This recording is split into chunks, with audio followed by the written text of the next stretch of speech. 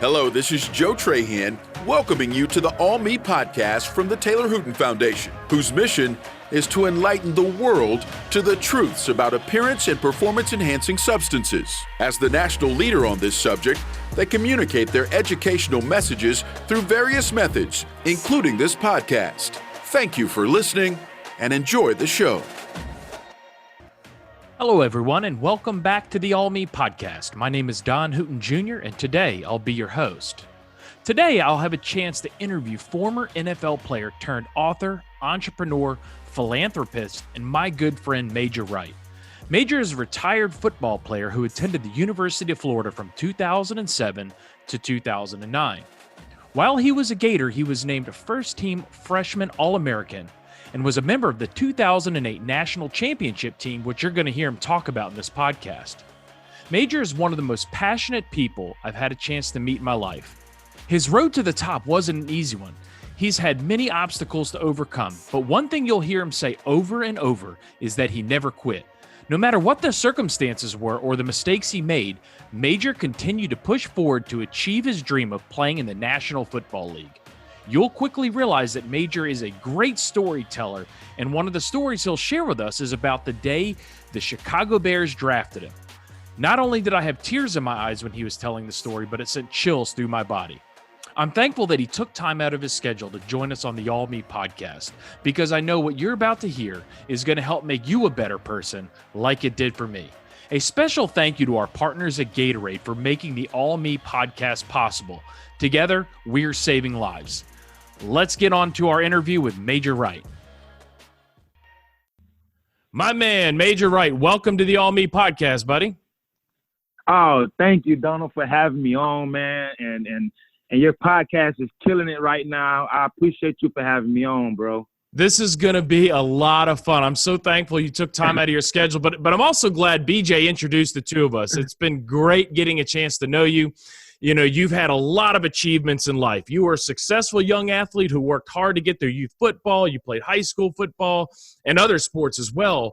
But then you became a Florida Gator, winning championships, followed by a successful career in the NFL. Major, while you made it to the pinnacle of your sport, I mean, it was everything but an easy path. Tell us what it was like growing up and what your passions are. Oh, man. Making it to the pinnacle of football was tough growing up, you know. I've had so many obstacles that I was faced with. And at the end of the day, like, you know, everybody is faced with obstacles, you know, that we all go through something. But the thing is what separates a lot of people is from making it is how they continue to go about it. You know, do they let these obstacles stop them from reaching their goals? And my goal was to play in the National Football League. I grew up playing football and I started at the age of 8, you know, and I grew to love football each and every year. Because each and every year I got better at football. I started feeling the success. I started understanding that, you know, if I kind of work at this, if I get better at this, you know, it'll show in my game. So I didn't let the obstacles, you know, growing up get in my way. You know, I kind of let that grow with me, and I continued to push towards my goal. But it was pretty tough growing up for me. Yeah, I really enjoyed reading, you know, your life story, your book, which we're going to talk about. And your book is Major Pain, Confessions of a Smash Mouth Safety, which we're going to get to and we're going to talk about. But one of the things that really stood out to me, I learned you always had a great support system in your mom. And I would really like for you to talk more about her. And without spoiling any of the details in the book, can you tell us more about your mom and your support system that got you through your childhood, that provided the support you need to be successful? Oh, my God. My mom she's the best. She sounds honestly amazing. She is the best, and she has been the rock to all my success. You know, growing up, all the stuff that she sacrificed for me, you know, just to see me, you know, live out my dreams. She sacrificed so much. And even with her struggling as much as she did, she never really showed it. Mm-hmm. And that's what made it so much special, because it's a lot of stuff that we was dealing with, bills, financial. We had to live with my grandma, you know, for a period of time. Mm-hmm. We had to move, you know, different places. And my mom has always made sure that football and school, those two went hand in hand, you know, and she made sure that, listen, if you're going to make it in this sport, I'm gonna be behind you 110%, whatever you need. And if I got it, you got it, you know. And she has been the rock in my whole entire life. And I can't thank her enough. There is not enough, you know, thinking that I could do. There's nothing on this earth that I could get her that would, you know, take place of the things that she did for me. Yeah, and just listening to you talk, it wasn't easy. You guys moved around a lot, and coming from another person as a kid, we moved around a lot with the line of work that my dad was in.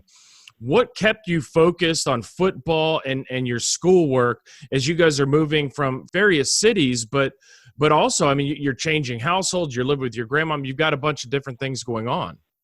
Yeah, and see, for me, like, you know, with me moving, I had to, like, you know, leave all my friends and move to make more friends, you know, new friends. And sometimes, you know, when I moved to Orlando at one point in my life, I kind of got sidetracked, you know, with my grades, because I was doing more so trying to fit in than anything, you know. But that, you know, I still did okay, but it wasn't good. But it caught up with me my 8th grade year. You know, I went to Tallahassee, and I got up there and I got caught up in the wrong crowd, being around the wrong people, and my grades went straight to the ground. You know, I had D's and F's, and I ended up failing, you know, my 8th grade year. And that hurt me so bad, like, to the core. So my mom was like, you ain't gonna play football just because of this, you know. Yeah. I'm like, oh my God, no, you know, no. So she was stuck on that for probably like 2 weeks, you know, in the summer. I had to go to summer school and everything. And I'm like, oh my God, I'm not gonna be able to play football. What am I really gonna do, you know? So that time, right then and there, I locked in, I focused, and I understood that if I want to be something, I have to surround myself around the stuff that I want to be. You know, I can't be in here being a class clown or just trying to be the person that's seen, that's known, and this and that. But me being new kind of made me fall into that trap, you know. So I ended up getting my stuff together, you know, after that 8th grade year failing. Man, that is great life advice, something that everybody should listen to. And, you know, one of the things is growing up, I moved around a lot too. And one of the things that taught me, one of the things that you had actually said is you had to make new friends. And that's not always the easiest thing. But what that has really translated in my life is having the opportunity now to travel virtually all over the world and getting to meet people. I love meeting people. I love talking to people. I think that's something I learned at a young age. But yeah, when you were growing up, you weren't just a great football player. You were also a standout athlete in track and field, which I think is really important, especially for young athletes to know. Because today, many athletes want to, you know, specialize in one sport or a particular position in their sport. How did participating in other sports help you excel at football? Oh man, so I ran track.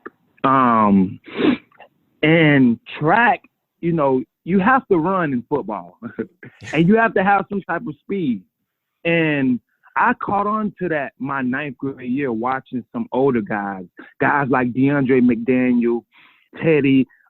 It's some other guys that, you know, I looked up to. And those guys, once football was over with, they was like, man, I'm about to get ready for track season.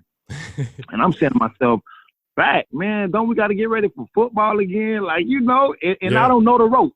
So they was like, yeah, man, listen, Major, DeAndre was like, man, Major, you have to build your speed up, you know. You want to be a fast player, you know, and track is what helps build your speed. So I'm like, I looked at him, I'm like, you know what? That sounds good, but I don't really know, you know. Yeah. So I was like, you know what, man, I'm going to try it. I'm going to try and go out here and give it my best and see what it does for me. So I went out there. I ran the 100, the 200, and the 4x1 relay. And, you know, I got a good hang of it. I was doing really good for my size because I was bigger than everybody, you know. Well, not bigger than everybody, but bigger than most of if you look at a track athlete, you know, they're kind of trim. Yep. Got good muscle, but you know, as a football athlete, we're a little bigger and bulkier, you know. Yeah, a little heavier. So I was one of the bigger guys. So I had fun doing it my first year. I got a good hang of it, and I did really good. You know, I was for my size and my height and stuff. I ran really, really good. So I was like, you know what? I'm gonna translate my track speed to football. So I got a good hang of it. My sophomore year, going down to St. Thomas is when it really like set in for me, and I really got a great understanding of what I'm doing. I was intentional about the things that I wanted to improve on, and my speed was one.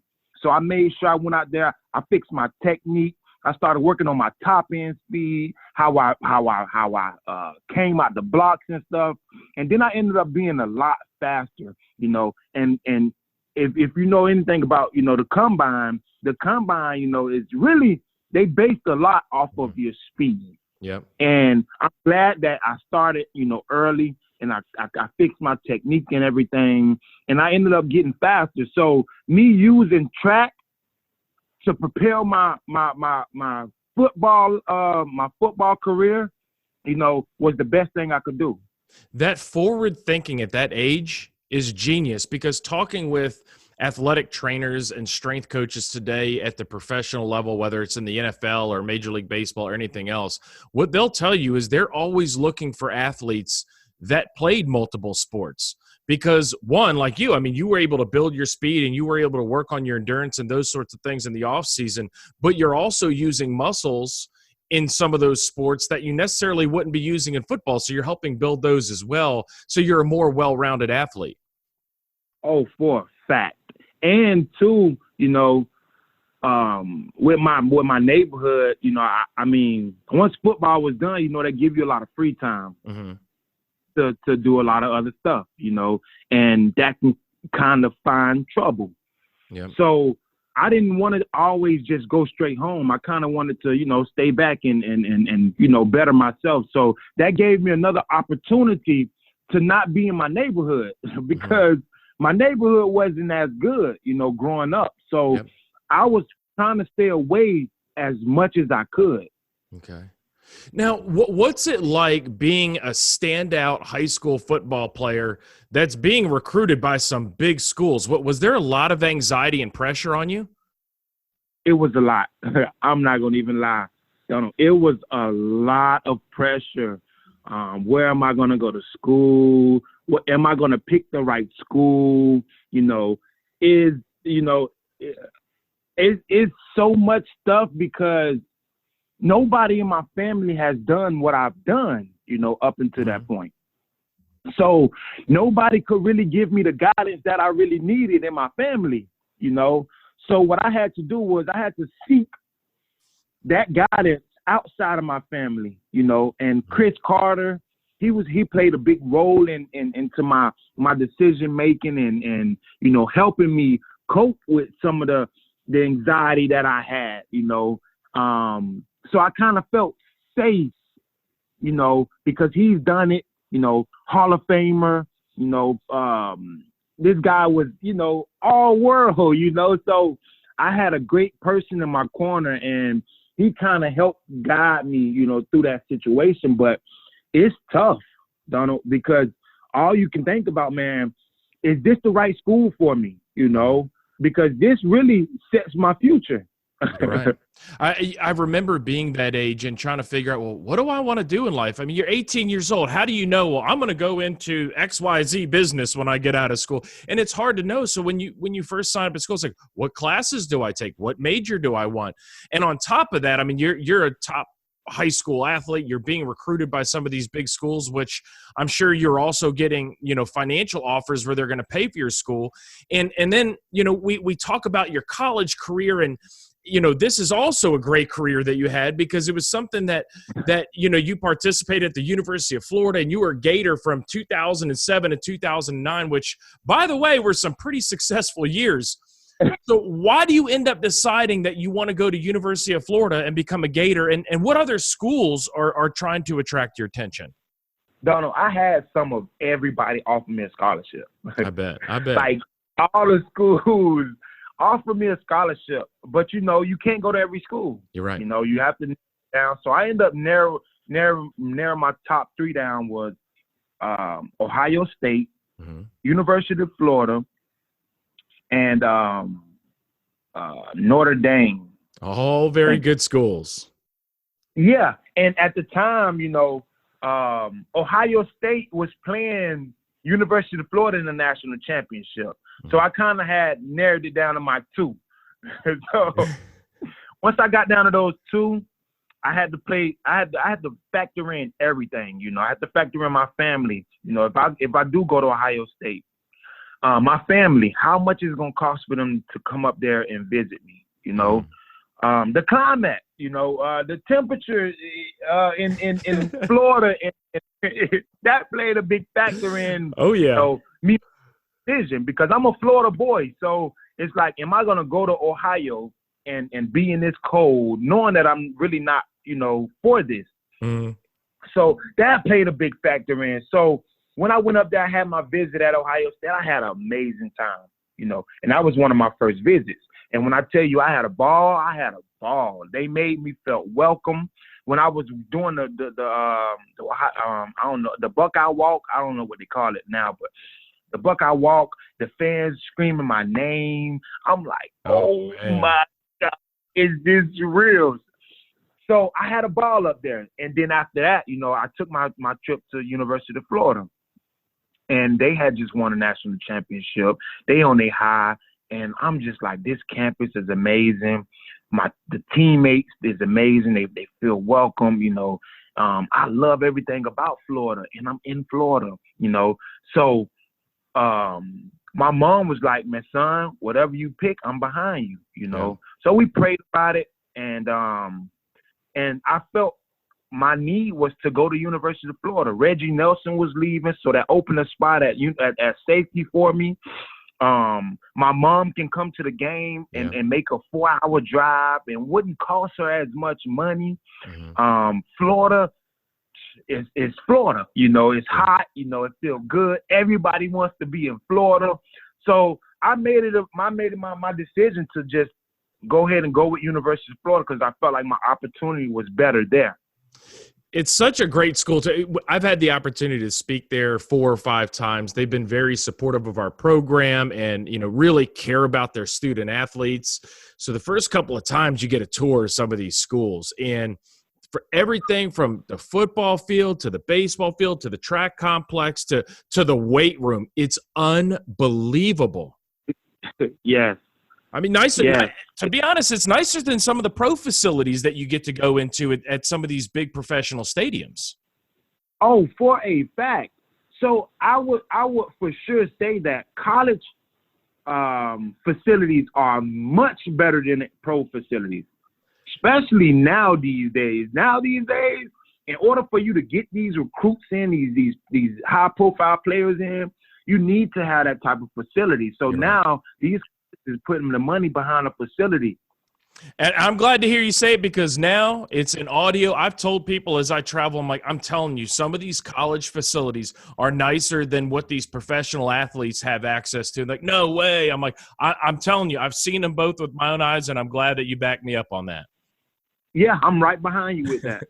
So were you able to get a scholarship at Florida that helped pay for your education? Yes, I got a full ride. So Great. All of my scholarships was all full ride. Great. Every scholarship I had was full ride, and I had an academic scholarship as well. I graduated with a 3.2, and I forget we had a Florida scholarship that I had got approved for, so I had that one as well. Oh, Bright Futures. There you go, Bright Futures. That's awesome. I mean, too, if you think about now what it costs to go to college, that is a huge savings. I'm sure your mom was super happy about that, or even going into the NFL. I mean, lots of things could happen, but you would have had a lot of debt coming out. Now, your freshman. Fact, I don't know how my mama was going to do that one. Yeah, it probably would have ended up being you. She'd go, all right, now you're out of college. It's your turn. Right. So as a freshman at Florida, did you get a lot of playing time there? So my freshman year, up until my the third game, we playing Tennessee. Kyle Jackson ended up making some mistakes on the field, and he played safety. He was in front of me, and Urban Meyer ended up throwing me in, third game of the season, and I hit the ground running. So after that, I ended up being a starter, at University of Florida my freshman year, three games into the season. I played freshman, I was a freshman and played collegiate athletics as well. And not many people get to say that as a freshman, one, that they get to start, but two, that they get much playing time. So that really attests to what sort of athlete that you are. Now, and three, my bad for cutting you off, and three, not just, playing as a freshman, but I ended up making freshman All-American that year. And I'm sure the coach looks back and said, why did we start this dude from the beginning? Right. Right. But you've got to earn your stripes, right? You have to earn your stripes. Yep. There's seniority. You have to wait your turn. And when it's your turn, and you've heard so many athletes and even out in the business world say this, when it is your turn, you have been prepared, you're ready to go, and then you take that opportunity and do the best you can and deliver the best product you absolutely can. Exactly.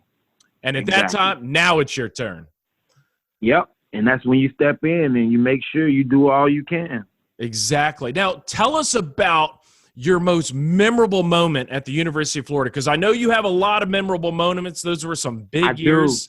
What if one stands out in your mind? What is it? Okay, well, since we're gonna talk about one, I would say the national championship game. 2008, we playing Oklahoma. Third play of the game, I ended up taking out Manning Johnson on our sideline. Like one of the biggest hits, in a national championship game, still to the day, that was by far, probably one of the most recognizable moments in my career.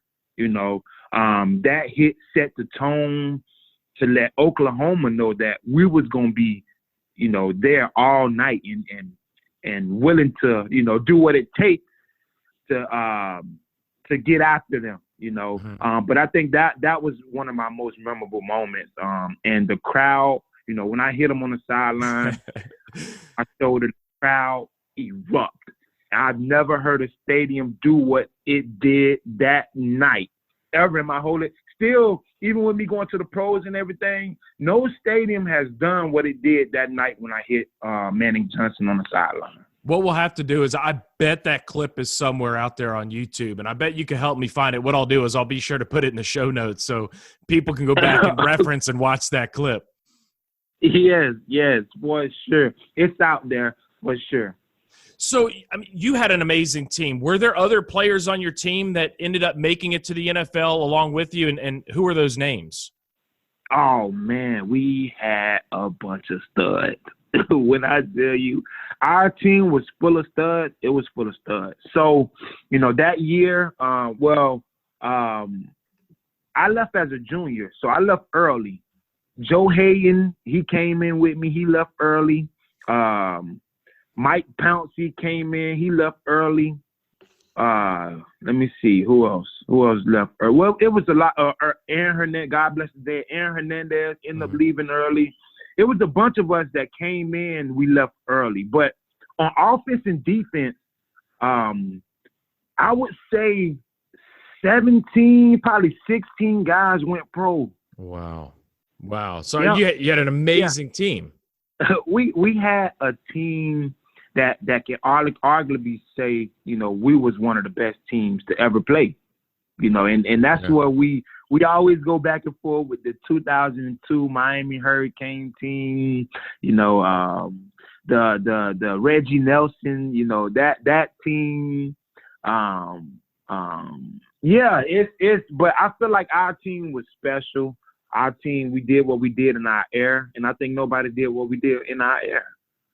And I do want to talk about, another big decision and a crossroad in life that you had to make, because like you said, your senior year, you opt out of education to enter the NFL draft. And hindsight's always 20/20. You made a great decision. Yep. Was that a hard decision to make? Do I go back to school and finish and get my degree, or do I take my opportunity now to play in the National Football League? That decision was, I would say that decision was bigger than making my college decision. I could imagine. Because, now we factor in my career. Now we factor in my life.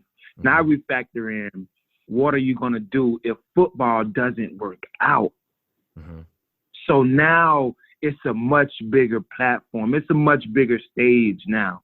So me leaving my junior year, due to, a lot of stuff happening, prior to me leaving, and the reason for me leaving, but that decision was so big, and I was so glad that I did make that decision, because that was by far the best decision that I did make, to leave school early. Because if I'd have came back, God knows what would have happened, Mm-hmm. My career probably wouldn't have been the way it was, It probably wouldn't have panned out the way that it did pan out, Mm-hmm. But we did a lot of praying. My mom fast, over that decision, and God, ended up leading me to, go to enter the NFL, and that was, oh my God, it was a big decision. Yeah, and he's got a plan for us all, and it, like I said, you kind of look back and you're like, man, I wonder what would have happened if I would have stayed, or especially at that age. I mean, you have to think. I mean, you're in your early 20s, and you're making a decision to leave school to go on and play professional sports. I mean, I would make the analogy that would be, you're in your 30s, you've been at a company now for about 10 or 15 years, and now you have an opportunity to either take a major promotion, or a competing company is trying to hire you, and you've got to make a decision for your family. Do I leave this current comfortable position that I'm in, that I know I'm really good at, to take an opportunity to try something bigger? Yep. And that's where that scare, it gets scary at, because you're already comfortable. It does. Now, I want you to sort of set the table for us. It's the 2010 NFL Draft. Where were you when you got the news that the Chicago Bears picked you in the third round? Kind of tell us what that was like for those of us that have never, that's the majority of the world, that have never had the opportunity to have our name called by the National Football League. Okay. Yeah. That's so 2010, the draft, we set it up at my Auntie Betty house. Okay. And it's the neighborhood I grew up in, Lauderdale Manors. It's right down the street from my grandma's house, the actual house that I actually stayed in. Mm-hmm. And we all set up, my family, all of my close friends, everybody came over. And we sitting down, we watching the TV, and first round went by. I'm looking at my agent like, all right, I knew I wasn't going first round. All right. Second round go by. Now I'm looking at my agent, asking him questions like, hey, do you have your phone on? Do you have good service? I'm asking them double all check these that questions. thing. Yeah, because I had knew, that I was going to be in the second round. Something told me, man, maybe you're going to be in the second round because of how well I did at the combine. I went from, like 10th or 11th ranked safety all the way to top. I was in the top 5, So when second round came around, it made me really question my agent. I'm like, hey, bro, what you doing? Like, are you doing your job? Yeah. But it's out of his hands. Honestly, it's out of his hands. He has no control over that. So the third round comes, my agent phone rings. I'm like, oh, my family like, oh. So he started talking, And he was like, all right, I'm gonna pass Major the phone. So I start shaking. I'm like, oh my God. I grabbed the phone and it was a lady on there, and she was like, hey, how you doing? I'm such and such. Coach Lovey would love to talk to you. Oh my God, I'm shaking. I barely could hold the phone. I open the door, I walk outside, and I just started walking. Coach Lovey get on the phone, and I'm like, how you doing, Coach? You know, he's like, hey, Major, you know, are you ready to be a Bear? I'm like, oh my, I'm like, yes, I'm ready to be a Bear. Of course, I'm ready to go up there, you know, and show you guys, you know, what you guys are getting. And at this time, this is the 75th pick. You know, Chicago had the 75th pick. And this was their first pick that year. So I was basically like a first rounder in Chicago that year. So when he told me, I sprinted down the street, laid in the middle of the road, and just started crying. Tears of joy, letting it out. I'm just like, oh my God, my dream has come true. You know, this is my opportunity to show you guys, Coach, everything that I got, what you guys are drafting. I will make sure I go up here and do my best. You were just like, okay, great. So after that, we hang up the phone. I walk back into the house, and we watched the TV. And then, you know, Walter Payton's son and his daughter ended up announcing my name. You know, Major Wright, 7th pick. And the whole house went crazy.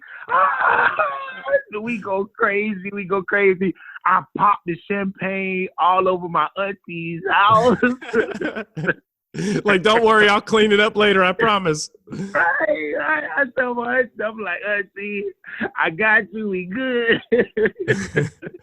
I've got chills all over my body because it's just, I mean, what an unbelievable, I mean, so I bet all the neighbors around are probably like, what the heck is going on in that dude's house? Yeah, because, well, we had told them because we needed to use their lawn. You know, we needed to park, you know, all the cars and stuff.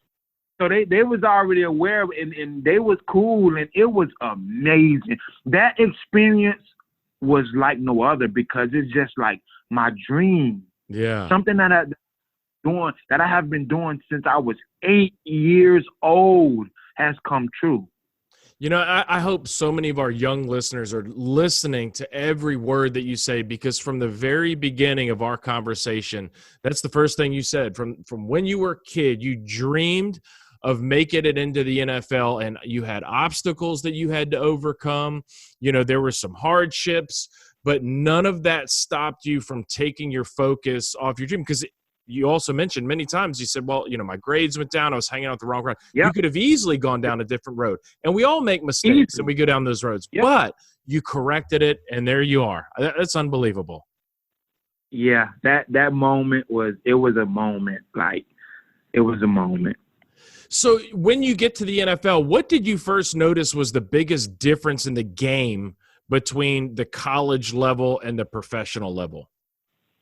Oh, you notice quick how fast the game is. Mm-hmm. And I played in the SEC. SEC, we got a lot of speed.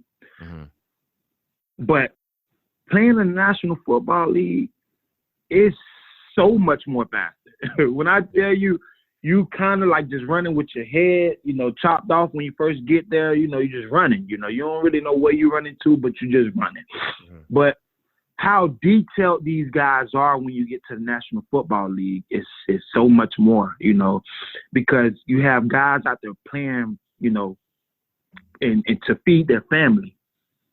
And no one is really playing, you know, when it comes to their family. So when guys need to run a route, or if they need to be to a spot, you know, by a certain time, they're going to get to that spot mm-hmm. by a certain time, and they're going to run a route, you know, a lot faster and a lot quicker. You know, they be in and out their breaks a lot quicker, mm-hmm. you know. But the speed of the game is so much more faster than it is in college. I mean, you're out there literally with the best of the best. I mean, there's, in college, I'm guessing, you play with a lot of guys ultimately that don't have the talent to get to the NFL. But here, everybody has earned their right to be there. And I could just imagine the talent that you're facing every day. Yeah, it's unbelievable, actually. Like, just and to grow up watching some of those guys play, like Brian Urlacher, Julius Peppers, those guys I looked up to, watching them playing, and now I become a part of their team. I'm their teammate, and all I have to do is go out here and just do my job, and I don't want to let these guys down. Yeah. And it's just putting on that NFL uniform, standing next to these guys. I just couldn't imagine the feelings that you have, like, I made it. I'm here. I earned my right to be here. Like you're at the top of the world, man. It's got to be unbelievable. Yep. And you don't want to mess it up. That's exactly right. So, in the real world, you're a big guy, but when you go out and you stand on that field with other NFL players, I've had the opportunity to be sidelined for practice and something like that, those types of things. And they're enormous. NFL players are enormous. It's really hard to describe, even sitting in the stands, how big some of the athletes are until you're actually out there. But you were never the biggest guy in the league, but you made it to the show anyway. And as you know, kids from a very young age, and I'm sure you were told this, you've got to get bigger, you got to get strong, you got to get faster if you want to make it to the next level. What is the advice you'd give kids out there who don't feel like they're quote unquote big enough to play college or professional sports? Oh man, don't listen to that. Believe in your talent. Believe in yourself. As long as you believe in yourself, everything else take care of itself. Once you believe in yourself, everything else take care of itself, because that belief that you have in yourself, nothing can stop you. There's nothing you can't do once you have that confidence in yourself. Everything else just follows. Yeah. And once I, because I've never been that, like you said, I've never been the biggest guy, but I knew what I brought to the table. Yeah. I knew, listen, I might not be as big, but I know I pack a hard punch. So I believed in my talent and I believed in myself. And that is, and not just in any sports. We talking about life in general. If you believe in yourself and you want to accomplish anything that you want to accomplish, it all starts with just making sure you have that belief, and you have to believe in yourself. And then everything else, man, once that progression start going, and once people see how serious you are about your craft and about whatever it is that you're doing, everything else is just going to take care of itself. And one of the things that, in Major Pain that I read and I took from the book, as well as just you and I communicating over the past, few months or year or so, is you're always grinding. You're always working. While you do have that obstacle that comes up, you figure out a way to overcome it and you keep pushing forward. You don't stop. You can't stop, because once you stop, then you fail. Yeah. And I personally don't believe in failing. Yeah. As long as I keep going, as long as I keep pushing, and as long as I keep believing in myself, nothing will fail. I've learned this far in life because just being around the things that I've been around, seeing the things that I've seen people, stop believing in themselves and they just fall off.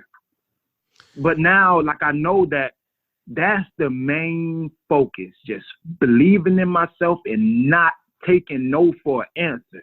Because if it can be done, I can do it. And that translates to everything from sports to business world to just everyday life.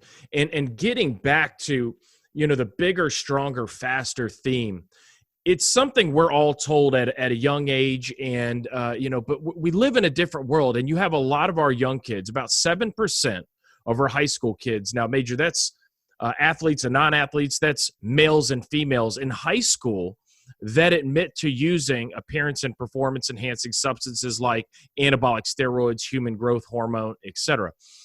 Were you ever tempted, being your size, or did you ever think about using appearance and performance enhancing substances to help your career?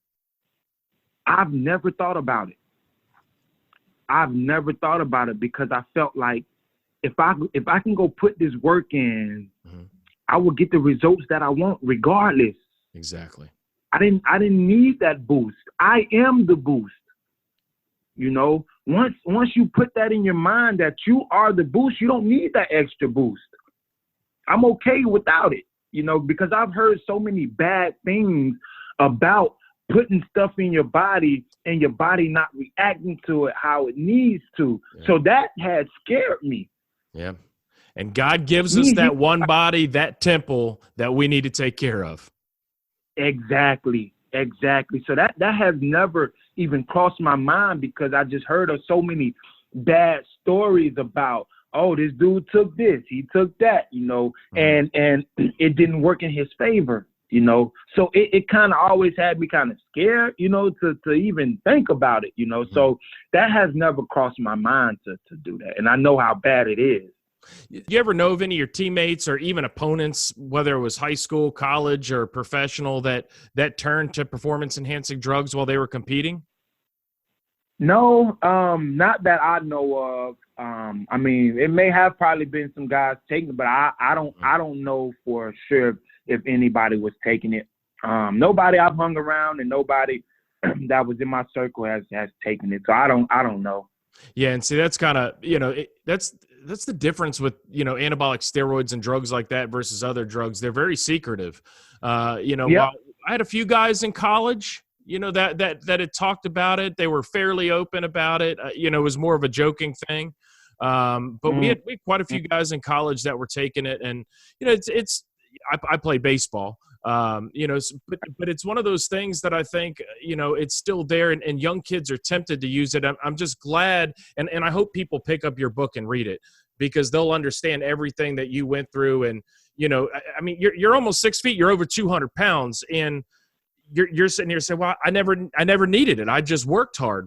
And, you look at some of the guys around you that are massive. It's like, well, if I took this, I might get to be a little bit bigger, but you never needed it. And I just hope people hear that message. And a lot of people think it's an edge when sometimes it's not, it may not work in your favor, To the young listeners that we have, when young people are told they need to get bigger, stronger, and faster, and they've got that pressure put on them now, that they need to achieve that goal. And their brain starts to think, well, maybe I should turn to performance-enhancing drugs. As a former NFL player, never being the biggest guy in the league, never using these substances, what message would you send to those young people that feel that pressure or they start thinking, well, maybe I might take these drugs? If you want the results, that everybody's asking for, you have to go out and go get those results. You don't need an extra boost to help you get those results. If you go out there and put that hard work in, you go out there, if they say it's your speed, if you go focus on your speed, if they say you're not strong enough, if you go in there and go focus on a weight room, even spend that extra time dedicating to that need that you do need, you will get it. You don't need anything going into your body to help you get to that when you can go spend that extra time that you need to go get it. I keep hearing you say the same message over and over. Hard work, and you just got to be consistent. You've got to continue to work. You've got to continue to put in the time to achieve those goals. It's not just going to come in a needle, and it's not just going to be handed to you on a silver platter. Nope, not at all. Not at all. It's hard for people to wrap their minds around what it's like retiring from professional sports, right? Because throughout life, it's drilled into our heads that we retire between 60 and 70 years old after a long career in whatever business that we might be in. Now, in the world of professional sports, it's really just the opposite. Most people retire around or before the age of 30 years old. What's it like when you know you've played your last professional game ever? Oh, man. Honestly, for me, I didn't know when my last game was going to be. So that was more shocking and more hurtful for me, you know, not even knowing, you know, when it was going to be, but knowing that it happened. Man, it put me in a space that I would never want to go back into. I was depressed. I was down. I was hurt. I was lost. I was confused. I was everything you can think of when it comes to depression. I was out of it because all I know, you know, at this time, and I was done by the age of 28, and I managed to play, you know, 6.5 years in the league. It's a long time. Right, and being done by 28, you know, and financially I didn't set myself up because I kept thinking, okay, well, I'm waiting on this big contract, you know, I'm waiting on this, but that never happened. And how everything ended up panning out, it just didn't end in my favor. And that's what put me in that dark space and all I know is football. You know, I didn't prepare for anything but football, you know, and that's where I went wrong at growing up. I put all my eggs in one basket, right? And that didn't do well for me because when I got done, I didn't know what else to go to. I didn't have anything else to fall back on because I didn't set myself up for the future. All I could think about was now, and all I know is football. So once football was done, I didn't know anything else. So it made my transition so much harder. It made it so much more tougher because all I did was put all my eggs in one basket. If you were able to go back to the day you signed your NFL contract, right? What advice would you give your younger self knowing what you know today as a grown man out of the game? I would say educate myself on everything, on finances, financial literacy. I would educate myself more on how can I make my money work? What do I need to learn to understand that my money needs to work for me? What is it, you know, how can I educate myself to financially know that my kids will be okay, you know, and not just, you know, giving my money to a financial advisor or these people to manage my money. No, I need to educate myself because when I'm done, I want to be able to do these things with my money that, you know, these financial advisors doing. Learn about stocks, you know, learn about helping giving back as well. You know, those type of things is what we need to know more about. I think you just wrote the preface to your next book because you got to think, right? Think about this. I mean, you put yourself back and your life was drastically different than probably 99.9% of the people listening to this podcast. You know, at the time you're in your early 20s, you're playing professional sports. You're making great money.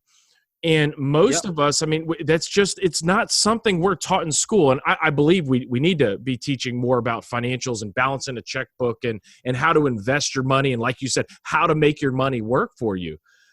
But by the time most of us realize, just like when you realized it at 28, maybe 29, 30, it's like, wow, okay. I mean, what have I been doing the past 8 years? And I think that's something that needs to start a lot earlier. That's what I was saying. I think you're in the middle of writing your next book. Yeah, I'm in the midst of writing my next book, making sure I be able to capitalize everything and show you guys, you know, where I was at and where I you know, where am I going? Yeah, you know, and if I can get that out to the kids, you know, and get them to see my vision on everything, like, you know, because life ain't perfect. No. If you find one perfect person on this earth, you know, I give you everything I got. Yep. But I'm sure you're not going to find that because nobody is perfect. We all make mistakes. Yep. You know, and that's and in life, that's what we have to understand, that like I can't judge you for the stuff that you done been through or stuff that you're going through because I got my own stuff that I'm going through. present day Major Wright, what are you up to now that you're past your NFL career? I know you've written a book, and I want to talk about that. But what do you do today? So now, I've been taking that time to educate myself, Donald. Okay. I've been educating myself, Donald. I've been learning, ways to bring in income. I've been learning ways, reading more, getting my brain to work. Right now, I'm currently taking classes, trading classes. We're learning to trade the bonds future market. And that's one of the most premier debt, in the world. I'm doing that. Then I have my foundation, The Right Way. Where we helping single parent moms. I started a backpack company called The Right Way. The Right Book Bags. Not The Right Book Bags. The Right Bags. Mm-hmm. I started that company. I started my publishing company where we help people, publish their books, get them to tell their story and help them walk them through everything that I did, to help them, prepare to get them their story out. And then we're working on an app too, where we can help people transition to whatever career that they want to transition to. Get them help in that. It's so many things now, Donald, that I'm working on. I'm educating myself more. I'm learning more. I'm learning more about business, being more business savvy than ever. Just about all the business that you just listed, just a couple of moments ago, just about everything you're doing, you're giving back to other people, which it's so noble. I have nothing. I'm full of words, as you know, but it's unbelievable. Good for you. Hey, thank you, man. You know what, man? For us running to each other the way we did, BJ being a great guy and you being a great person, man, it's been phenomenal just meeting you, the energy that you give, man. It's amazing, bro. I'm so happy, that BJ did introduce us, because not just, even with this podcast, but just in general, man, you're a great person, man.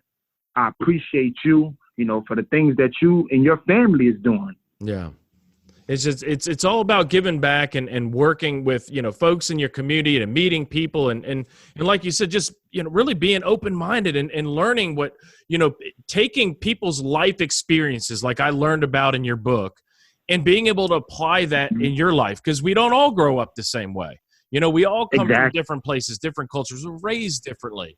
And I think if more people realize that, the world would obviously be a happier place, certainly. But I pray that in 2021 that me, you, BJ, we can get together for a meal, a drink, a coffee, or something in person this year. So that would be great. We can for sure make that happen. You know what? And I'm gonna make sure I stay on, BJ and big shouts out to BJ too, because he was battling COVID for a little while, and now he's kind of fighting his way back into it. But I will make sure that happens, Donald. I'll make sure I do my part in that. Yeah, and once travel for us begins, I'm down in Miami and we're in Florida a couple times throughout the year, so we'll make sure I leave some extra time while I'm there so we can get together. Yep. Now, for years, I've been told you should write a book about your younger brother Taylor. I really want to do that, and I've started to take notes, and I've started to really journal about the thing, but I've never had the energy to push forward and actually turn it into a book. And you did it. And in this interview, we've learned that, you have a lot to talk about and you have a lot to share with others, and you're doing that. You actually sat down, you got your story written, and you published a book. Huge step. Tell us why you wanted to write the book. What inspired you to write that book, and what kept you driven and focused to seeing it through to get published? I honestly, growing up, I've never been the best writer or the reader. Me too. I've never been either. So that has always detoured me from doing either read or write, So this was huge for me. It was huge. It was a step that that it's just like taking a step and just jump, Major, and see wherever you land, because writing a book, it's not easy, and you have to stick to it. But this idea came from one of my ex-girlfriends, Laisha Fox. She has a consulting company, and we was on the phone one night having us a great conversation, motivating each other, pushing each other, telling each other about the things that we want to do, the things that we got coming. And out of the blue, she was just like, Major, I think you should write a book. And at that time, I was reading the 15 Invaluable Laws of Growth by John Maxwell. And in his book, he mentioned, if you want to do something, act on it now, because if you don't, it'll never happen. So I took that time right there to pause and take that all in. And I say, you know what, Ish, I think I should write a book. I may not know what this book may be about right now, or even if this book gonna be completed, but I think I should write a book. So as soon as we got off the phone, Donald, I went upstairs. I grabbed the notepad and I grabbed the pen, and I was very intentional about the things that I wanted to do. Mm-hmm. So I started naming the 5 chapter names that I wanted to have in my book. So the next day, I woke up, went and worked out, came back home, and I started writing. And it just started flowing. Started going good, Things started sounding good, And from that day forth, I ran into like a little writer, they call it writer's block. Yeah, I've heard of that. And I couldn't get past this. It took weeks, Donald, for me to get past this writer block. Because now I'm like, oh my God, I'm not gonna finish this book. No, it's not gonna happen. Mm-hmm. So in the midst of that, Donald, I ended up reading The Secret. And The Secret is just things that you want to manifest, that you want to become, you want to make happen. It can happen. So I read that, Donald, and that helped push me over that edge, got me past that writer's block. I was more motivated to making sure that this book got done. Mm-hmm. And not just that, because some of my friends too, they didn't believe that I was going to be able to accomplish, writing this book. So that gave me that extra push to make sure I really got this book done. I made sure, Donald, I was going to get this book done no matter what. So when I started writing it, Donald, I needed to type it. Mm-hmm. And I sent it to my auntie, and, she typed everything up. And when I got it back, I'm like, Auntie, this is not what I wrote on my paper. She kind of like put it in her words, her terms, what this meant and that. And I'm like, no, Auntie, that's not it. And at that time, I didn't have a computer. So I was like, you know what? I got to get this done. So I started typing my book, the rest of my book, in my phone notes. Oh, my gosh. As much as we use our phones, I was like, I'm going to take advantage of this and go ahead and just start, finishing my book in my phone notes. And Donald, I finished the rest of my book in my phone notes, got everything completed. I got it published. I found the right people to help me finish, getting it published and everything. I started my own publishing company, and then the rest was history. I made it happen because I was determined to make sure I made it happen, because of people saying I wouldn't get it done, and this was something that I never done. Man, it's a great book. I'm holding it here right in my hand. Major Pain, written in red. Confessions of a Smash Mouth Safety, written by Major Wright. And I texted you as I was reading it, but yes, I got myself a copy, and I wanted to thank you too for also personalizing it. It's something I will always keep. I keep it on my desk. But I really enjoyed reading it. I was able, just in one afternoon, I read the book almost cover to cover. And I think I kind of, in some of the chapters I was texting you, as different things stood out to me. And you responded probably like, this dude's crazy. But it's a really good book. It really is. And for those listening that would like to learn more about you and pick up a copy of the book, where can they go purchase it from? They can purchase it from, it's on Amazon. And I have my personal website, majorwright.com. If you want to get it, signed or anything, you want your personal signed copy, you can get a signed copy on my website as well. And it's in my book, I take you on a roller coaster ride with me. I get you to my good times, my bad times. You feel everything with me. Yeah. So when you was texting me those, when you was texting me about the book, it had me excited because that's exactly what I envisioned my book to do. Yeah. I envisioned my book to have people like, oh my God, what's next? And I didn't want it to just sound like one regular book. I wanted to sound more like a movie. What's next? How is this happening? So that really made me happy, Donald, that you was texting me that.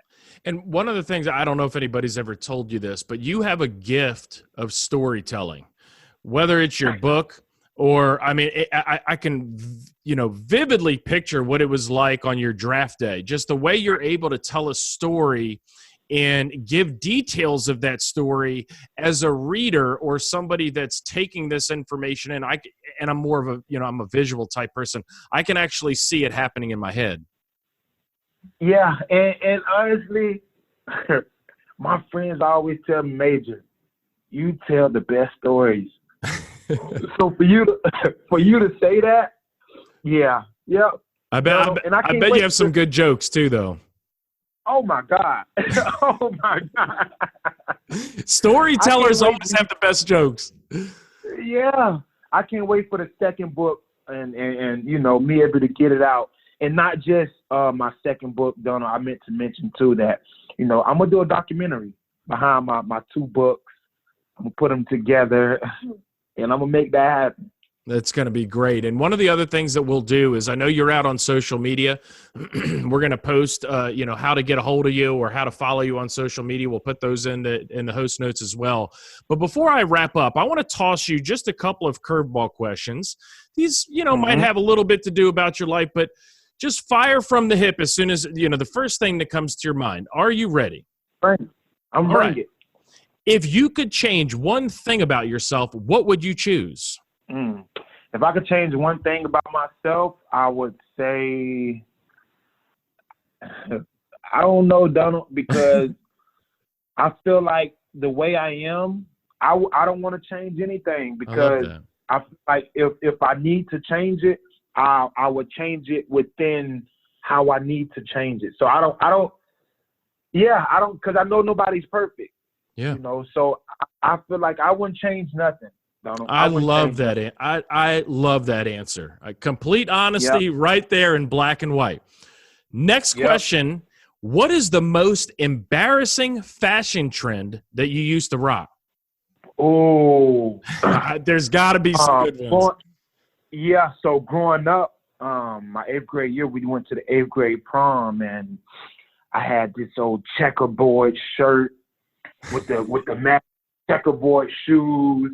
I had like a white, it was all white mixed with it. I think I thought I nailed it, but I didn't nail it. It wasn't right. But I rocked it to my best ability. At least that night you thought you were cool. At least that night I thought I was cool though. Looking back, it's like, man, I might have changed the outfit, but hey, man, if you like it, rock it. Yeah, that's not it. do you? All right. So final question here is, what is the strangest gift that you've ever received? The strangest gift that I've ever received, I would probably say a dog. It was like a dog collar where, one of their they named their dog after me. And they gave me one of their dog collars, and I think that was probably like one of the strangest gifts that somebody has ever, given me. Yeah, specifically chose that question because as a former professional athlete, you hear some crazy stories about what shows up in the mail. But yeah, somebody sending your dog collars is very strange. Yeah, that's very, very. Well, Major, I can't. This has been great. This has been the highlight of my day. I can't thank you enough for taking time out of your busy schedule to visit with us and share us, your personal stories and inspiring young people to want to do things the right way. So thank you for joining us on the All Me podcast. Oh, man, thank you for having me on the All Me podcast, man. Donald, I really appreciate you, and what you're doing. Yeah, I appreciate it, bro. I can't thank you enough for having me on.